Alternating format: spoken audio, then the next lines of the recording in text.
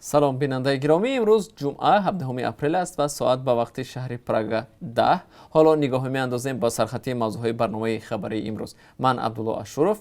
برنامه اخبار آزادی ساعت رس و 4 به وقت دوشنبه در کانال آزادی ویدیو و در سامانه رادیو آزادی www.azadi.org مستقیما نشر می شود و ثبتش را هم می توانید آنجا ببینید. شورای علمای مرکز اسلامی تاجیکستان برگزاری نمازهای دستجمعی و تراویح را از روز 18 اپریل امسال منع کرد.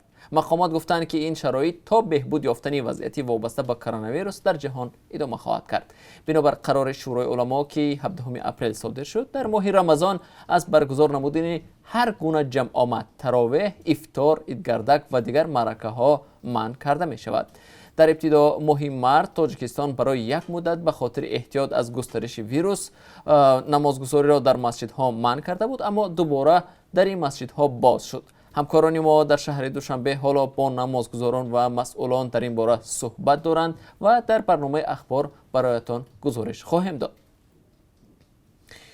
حالا در شهر دوشنبه اجلاس نخستین اعضای مجلس ملی جریان دارد. قرار است در اجلاس امروز رئیس مجلس ملی پالاتای بالای پارلمان انتخاب گردد که از روی مقام دومین شخص در جمهوری به شمار می رود. قرار تعیین اجلاس مجلس ملی در روز 17 اپریل را پرزیدنت امام علی رحمان 3 مارس امضا کرده بود. روز 15 اپریل رئیس جمهور 6 تن از اعضای نوی مجلس ملی تاجیکستان را تعیین کرد، اما اسم 2 نفر دیگر را که باید پرزیدنت تعیین کند نامعلوم باقی میماند.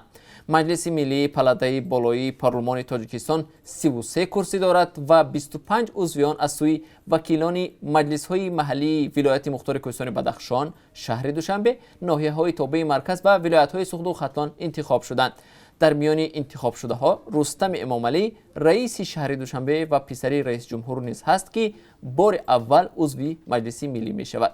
پالاتای بالای پارلمان تاجیکستان از سال 2000 باز فعال است و از آن زمان تا کنون ریاست آن را محمد سعید عبیداللهیف بر عهده داشت. بیننده ارجمند، انتظار می رود اسم رئیس مجلس ملی تا چند ساعت دیگر اعلان شود. منتظر باشید. در برنامه اخبار از نتیجه های اجلاس نخستین مجلس به شما گزارش خواهیم داد.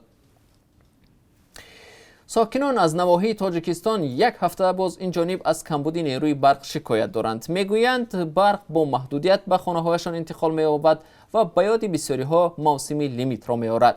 مقامات محلی سبب قطعی پیاپی نیروی برق را تعمیر در خط‌های برق میگویند، اما ساکنان حیرانند که در شب و روز باران بهار و شبانه مسئولان چگونه خط‌ها را تعمیر می‌کنند. سبب اصلی لیمیت برق در ناحیه ها چیست؟ همکارانمان روی این موضوع کار میکنند و در برنامه اخبار گزارش داریم که برایتان نمایش خواهیم داد.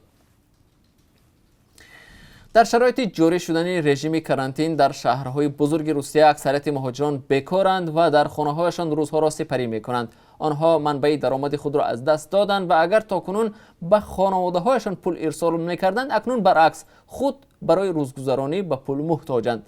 اما با این وجود حکومت روسیه آنها را از پرداخت پول پاتنت آزاد نکرده است و آنها نمی‌دانند از کدام منبع پول پاتنت را سپارند. قبلا سفارت تاجیکستان در مسکو و فدراسیون مهاجران در روسیه از حکومت این کشور درخواست کرده بودند که مهاجران را موقتا از پرداخت پول پاتنت آزاد کنند، اما روسیه تا حال مهاجران را از پرداخت پول پاتنت آزاد نکرده است. اکنون احوال مهاجران چی می شود؟ در برنامه اخبار برایتان گزارش خواهیم داد.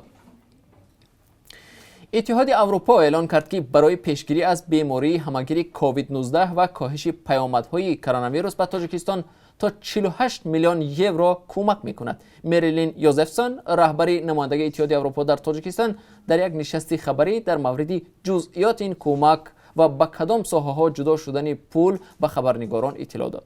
همکاران ما نیز در این نشست شرکت داشتند و جزئیات را در گزارش خلاصه کردند که در برنامه اخبار برایتان نشان خواهیم داد.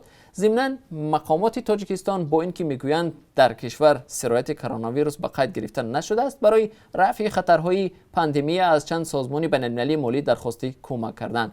تا به حال برای مبارزه با کرونا ویروس به تاجیکستان آلمان 1 میلیون یورو، بانک آسیای رشد $100,000، بانک جهانی 11.3 میلیون دلار، آمریکا $866,000، روسیه بیش از 20,000 تست و مواد تشخیص کرونا ویروس و یونیسف لباس و اشیاء محافظتی برای طبیبان کمک کردند.